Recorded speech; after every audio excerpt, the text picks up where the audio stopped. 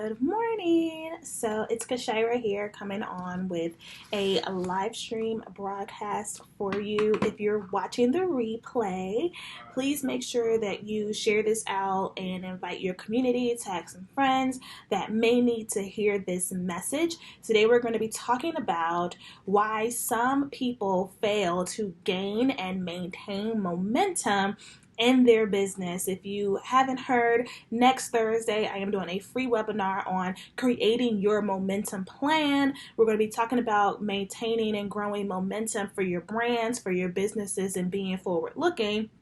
And so it was important for me to get us revved up for that training by talking about why people fail to maintain momentum, why they fail to continue to gain traction and maintain that traction in their business. Before we get into today's talking points, allow me to introduce myself. My name is Kashira. I am a business and brand strategist. I specialize in helping women-owned businesses master their message, position themselves online, packaging their brilliance, and of course, creating consistent, growing revenue in their business. You can learn more about me at thepowercollective.co. So I wanted to start off this broadcast talking about the dictionary definition of the word momentum. So according to, and of course my screen went away. Great. Let me pull it back up because this was really important and really good. According to the dictionary, the word momentum means strength or force gained by motion or by a series of events. So an example of using this word in a sentence is the wagon gained momentum as it rolled down the hill. So momentum, in a sense, literally means more power, right? More force, more traction. And it's so fitting since my brand is the Power Collective. So thinking about that, right? Strength or force gained by motion or a series of events. In this case, in the world of entrepreneurship and small business, let's think of that as, instead of motion, let's think of it as action, right? So strength or force gained by action, right? A series of events, meaning actions you're taking in your business to see growth, to see momentum, to see traction, right? But one of the reasons why I feel many of us struggle to get momentum in our businesses is because many of us have a "if I build it, they will come" mentality. And it is very hard to gain traction with that kind of mentality because that means we're not taking action. That means we've put our product out on Instagram once. That means we may have built our website. Maybe we opened up our storefront and put our little sign outside. And now we're just patiently waiting. We're just sitting by and we're hoping and we're praying and we wishing, right?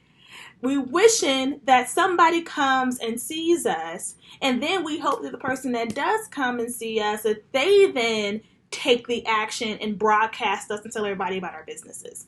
Again, if we think about the dictionary definition of the word momentum, how do you gain traction? How do you gain power without any action on your part? So we have to really look within and see what limiting beliefs do we have that we need to shift that's preventing us from marketing our businesses, from promoting ourselves, promoting what we have going on, promoting our offers, and telling the world, hey, here I am, let's get it, right? Something else to consider is that some people do take action, right? There's people who you may know who've had launch parties and they've had really great starting campaigns, and then they kind of fizzle out, right? It's like you never hear from them again. You don't see them no more. They're just gone. And part of the problem with that is those folks did not think beyond the launch. They didn't have a plan of action to actually say, post this really dope launch party that I'm going to have, or post this really awesome marketing campaign that I'm going to put out to launch my business, to launch my product. There's nothing else, right? And that literally stops our momentum because, again, momentum is based on a series of events, a series of action. You can't run a business like that, right? It's like at that moment, after a really amazing launch, no one's sitting around like, okay, let's give her a couple months to like come up with something else, and we're just gonna be waiting here patiently in the meantime. if you think about how fast technology moves and current events is moving and social media is moving, it is really easy for our consumers and our followers to forget about us and to forget about our products and to move on to the next. Think about how often you're inundated with ads yourself when you're scrolling through your timelines, when you're opening up your email. Your customers see the same amount of ads, if not more. So that means that you have to have a plan to always be on. In the age of everybody has competition and every industry is saturated, you don't have time for a 90-day hiatus, right? You don't have time to not have a plan of action afterwards. If you have an amazing launch or an amazing sellout event, you need to be promoting the next thing at that event or at that launch, right? Moving straight into that next piece in order to maintain the momentum and traction that you just built. Something else to consider is that some people I've seen don't follow through with the plans that they do set. And this could be for a number of reasons. This could be because of discipline. This could be because of fear. This could be because they didn't see the results they wanted to see on that first day or that first hour or from that first post. But I talked about this in a live stream I did a couple days ago, which is see your plans through. Like if you built out a plan, actually see it through. I know it can be frustrating and difficult when day 1 and 2 you're not necessarily seeing the results you thought you would, but business doesn't necessarily work like that all the time. I told the story before of how when I was selling courses, typically the bulk of people that would enroll did so on the very last day and typically 2 hours before the cart closed. So had I thrown in the towel on day 2 and day 3, I wouldn't have made no money, right? I probably would have been disappointed and set back from being all sad about it versus actually seeing my plans through and actually showing up even when no one else was showing up when there wasn't the money coming through, when there wasn't the likes, when there wasn't the comments, when there wasn't the views, right? So another thing to consider with why I feel like some people are failing to gain momentum is that many people aren't playing the long game. How you doing?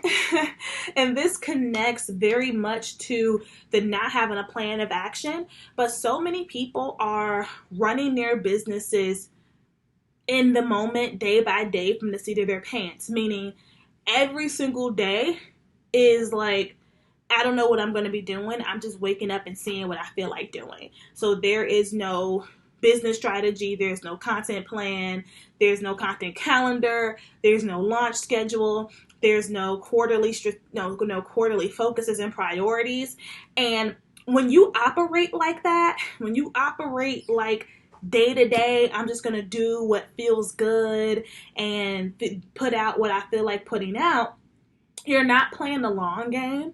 And in your head, this is like a hobby. You know, like outwardly you may say, I want to be a full-time entrepreneur. I really want to be a founder. But internally, your actions are telling yourself that this is a hobby, because a hobby is something that you do when you feel like it and you kind of do it when you want to. And there may not necessarily be any strategy to it. Hey, Tamisha. But when it comes to thinking through legacy and building something that's sustainable and that's long lasting, that you can pass on to your family or that maybe you can sell, whatever your entrepreneurial goals are, it's up to you.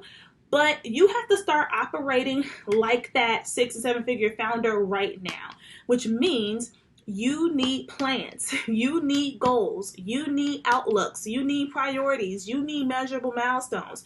You need to be able to say, Q4, my priority is to launch this and that. I also want to make this amount of money from my passive product sales, and I also need to get this many paid speaking engagements. And oh, by the way, let me go ahead and hire that coach because in Q1, I want to launch my first retreat, and I really need some help putting that together and figuring out what I want to sell, right? You need to start thinking about next year in 2021, right? What are your long-term goals, right? I'm working with a coach right now on something that I don't even plan to fully go after until Q3 2020. But I know that waiting until Q3 2020 to get help is not smart, right? It's not playing a long game. I'm not going to wait till it's time to do the thing to get the support. I'm going to get the support now so that I even know for a fact how much time I need to do the project I want to do in 2020. Does that make sense? Like, let me know in the comments.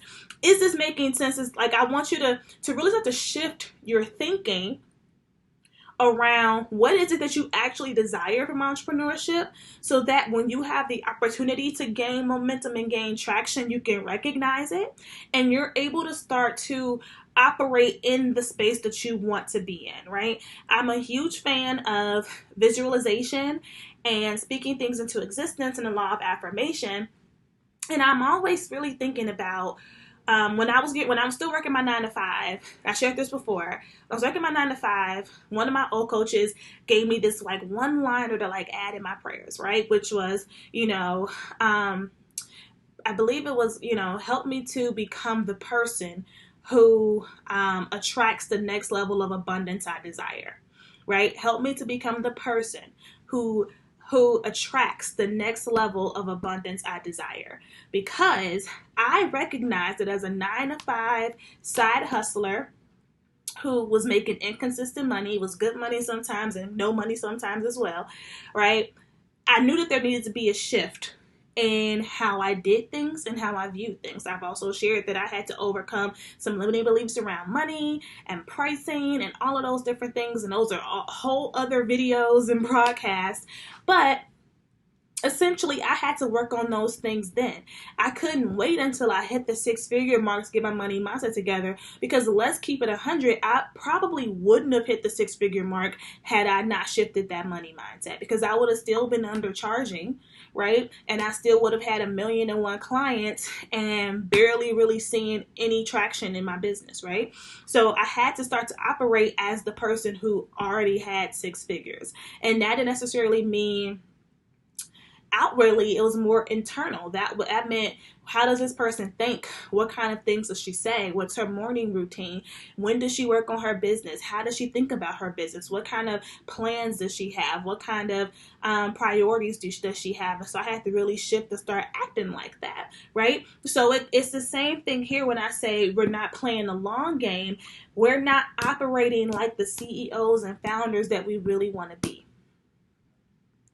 And it starts with not running your business from the seat of your pants and actually creating strategic plans and outlooks. And we'll talk a lot about what these plans should look like a little bit more in my free webinar, Creating Your Momentum Plan. If you're watching on Instagram, the link to register is in my bio. And if you're on any other social platform, the link is right here on your screen. Samisha on Facebook says, well, how did you find those things out? I did a lot of journaling and a lot of meditation and a lot of assumptions to keep it 100, right? Because if you do a visualization activity, and I did this with the ladies in my first retreat that I just had, the Power Circle retreat, if you just spend some time, you close your eyes, play some spa music, right? And just envision yourself 3 to 5 years from now with the type of business she said the way she talks, how she runs her business. So I did a lot of visualization. I had vision boards, and I would really close my eyes and I would think about, first of all, what was my definition of success at that time? Like, what did I define as successful? And at that time, to me, that was being able to quit my job without being stressed and concerned that I'm going to be homeless, and already having 6 figures in my business when it happened. And those two things did happen, right? So when I thought about what does my life look like when I am a multi-6-figure business owner and I am a full-time business owner, what would my life look like? And I just did this visualization activity and I just really thought about it. And so in terms of figuring out how I talked and how I ran my business, I kind of made it up. Like, I just envisioned it in my head. I'm an only child, so I have a very active imagination. I don't know if that's weird, but like, that's what I did. And so I just kind of wrote down what I saw in that visualization and I started to internalize that, right? So I'm not going to say that I shifted how I talk per se, Tamisha, but what I did shift was eliminating any negative self-talk. And negative self-talk shows up for everybody very differently. So when we hear negative self-talk, we typically associate it with like esteem around appearances and all of that. But negative self-talk could also look like, I don't know, this launch is stressing me out. I don't think this is going to work, but I'm going to do it anyway. That's negative self-talk. I really don't think that anybody's going to buy this during my sale, but I'm going to put it out. I'm gonna set a goal for only making $100 this weekend because I just don't think people are gonna pay for this. I can't raise my prices because no one's gonna pay $2,000 for this. I can't invest in this coach because $1,500 is just too much for me. That I had to shift all of that. Like all of that had to go. Right? So I'm just giving you some examples of like how that could show up. So really shifting how I spoke outwardly about my business, like everything. And if you're in my Facebook group, which is called what is the name of my Facebook group? The Power Circle. I was like, wait, what? I just changed the name of the group. It used to be Her Movement, but we had to retire that. So it's called The Power Circle. And I really had to, I did a Facebook Live in there recently, and I talked about how I never wanted to see anybody in my community ever on social media talking bad about their business. And this was inspired by a live stream interview I was doing. And a young lady was in the comments talking about how her business just wasn't appealing or something. And like I had to minister real quick, but I'm like, there's always going to be somebody in this world that's going to have something to say bad about you, that's going to have negative feedback or negative opinions. Like, the world's going to beat you up enough. Why beat yourself up? Let somebody else have that ugly job. You speak life into your business and speak affirmation over to your business. Affirm yourself. And the other thing, absolutely, anyone can join the Facebook group. It's called The Power Circle. If you're on Instagram, the link to join it, don't actually search The Power Circle, because I think the link to join it is incorrect in my Instagram bio. I'll fix it after this live though. But anyway, you want to affirm it. And one thing I can tell you as someone that was a solopreneur for a long time is that there's also not going to be anyone around to like affirm your business for you. Like, you have to learn how to do this on your own. So you have to learn how to pump yourself up and motivate yourself when you have no views, no comments, no likes, no money coming in, no email subscribers, because there are going to be those moments. Those are your tests, right? Those are the test along the journey. Those are those roadblocks. So if you go back to our definition of momentum, we talked about how it's power or force generated by action or a series of events. And we had the sample sentence of the wagon gained momentum as it went down the hill. If you think about a wagon going down a hill, if you've watched any Disney movies, typically that wagon is like bumping into stuff and jumping up over stuff, and there's rocks in the path, and some fell off the wagon. And like, the wagon rarely ever just smooth sails down a hill in any cartoon I've ever seen, right? And so really thinking about how solid of a foundation you have to be able to withstand all of those bumps in the road, those sticks in the road, the roadblocks, and all of the things that may occur. Because I will tell you, no matter how many followers you have and how much money you make, there will always be something that you have to like navigate around or solve within your business. But that's why gaining momentum and gaining traction is so important, because it's so much easier to pivot a plan than to operate without one. And I want to get into my last point because I know it's a lunchtime and I don't want to keep you all too long. But my last point here around why some businesses may fail to gain momentum is that a lot of people aren't actually selling. Like, we're producing all of this content. We pitching all of these speaking engagements. We at all the networking events. We at all the rooms. We may even be shoving our business cards out there. But we're not actually selling. We're not actually selling. And we have to like get over that. That's something I had to get over. So I'm going to tell you too, get over it, right? You can't assume that because you dropping gems on the timeline and you got edge snatching quotes on the timeline and you got the flyest lashes in the room, that means somebody's going to be like, girl, how can I pay you? Girl, I love them quotes you post. What do you have for me to buy? Nobody's doing that. Nobody's seeing your amazing quote on IG and sliding in your DMs like, please tell me what service of yours can I get because I was that moved. They not about to do that. They gonna double tap, they gonna comment them prayer hand emojis and keep scrolling. You have to start selling. You need calls of action. You need to be building your list and building your text list and selling your services, direct people to get on the phone with you, directing them to go check out, directing them to go buy. Like this morning on Insta stories, when I showed off what was on my face, I wasn't just like, oh, and I'm just wearing a lip gloss of mine, and I'm like, no, I am wearing the lip gloss. This is the name of it. It's from my company, and swipe up to buy it for yourself. It was very direct. It was very, very clear, right? Like it's no guessing games here. You have to start selling, right? Some people have, and here's the excuse. Here's the excuse that I've seen in all my years as a brand coach. Well, I'm new to my industry, even though I've been doing this through referrals for the last year and helping my whole network do whatever this thing is that you're good at. I'm new to doing this online, so I'm just building my brand. That's y'all favorite quote. I'm just building my brand. I'm just, putting content. I'm building my brand. That's amazing. I love that, right? And if you're getting engagement, that means you're doing an amazing job. But who taught you that you had to wait a certain number of days, weeks, months, years to start selling? I want an answer. Like, I want y'all to tell me who told you that in the comments. Who told you that you had to wait until you had a certain number of followers to start selling? Who told you that you had to wait until you had a website to start selling? Because my clients have made money without it. My clients have made money and got speaking engagements without anything, right? Without the branded images and the headshots just yet, even though those are really important, still get the headshots. But like, who said that you had to wait until you hit that magic number of followers on Instagram to start making money, right? And so I'm calling these things out to say that these are now the myths and misconceptions that we've told ourselves so that we don't have to sell.